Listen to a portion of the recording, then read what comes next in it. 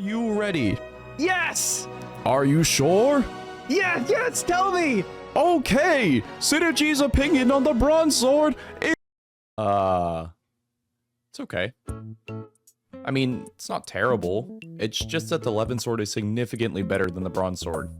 The bronze sword 9 times out of 10 is only really going to get any use when you're out of Levin and you have to. But what I'm focused on here is that 1 time out of 10 where you'll actually use the bronze sword. So let's put the spotlight on this underused blade, starting with the pros and cons of using it. For the cons, the bronze sword loses a bit of range across the board and a significant decrease in knockback. This is also a pro in certain situations, but more on that later. As for the pros, the only notable one is that the bronze sword never runs out. Always having the bronze sword to fall back on is something that I believe is often taken for granted at times. If nobody got me, I know bronze sword got me. Moving on to the frame data of Levin and bronze aerials. Most of the bronze aerials have comparable frame data to their Levin counterparts, but there is one aerial that has a major difference in frame data, and that aerial is Nair. Although it has less range than Levin Nair, bronze sword Nair is capable of auto-canceling on frame 34 onward, a whole 12 frames faster, which lets you auto-cancel it from a short hop, something you can't do with Levin.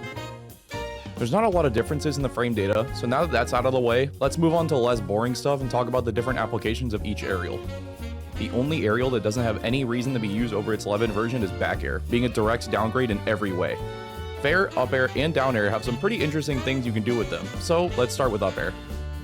The most notable use for up air is confirming bronze up air into Levin up air. The reason this works is because bronze up air sends almost straight up, and because of its low knockback growth, it lets you hit this confirm at extremely high percents. While it isn't the safest, it can be a good way to mix up someone's parry timing, catch a spot dodge, or cross up their shield to add a layer of safety. One setup that can be done is using down tilt in conjunction with bronze up air to set up a neat kill confirm. As you can see in these clips, after landing a down tilt, you can jump forward and try to hit their parry attempt, or catch a spot dodge with bronze falling up air and confirm into Levin up air to secure a semi-early stock. Moving on to fair, the big difference between Levin and bronze is the knockback angle. While Levin fair sends at a roughly 45-degree angle, bronze fair sends almost straight out, which in some situations can be better for killing than Levin.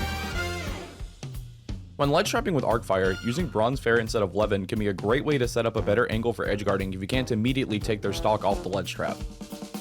And lastly, we have down air. Easily its best use is that it has an active hitbox for a pretty long time, a whole 12 frames counting the lingering hit.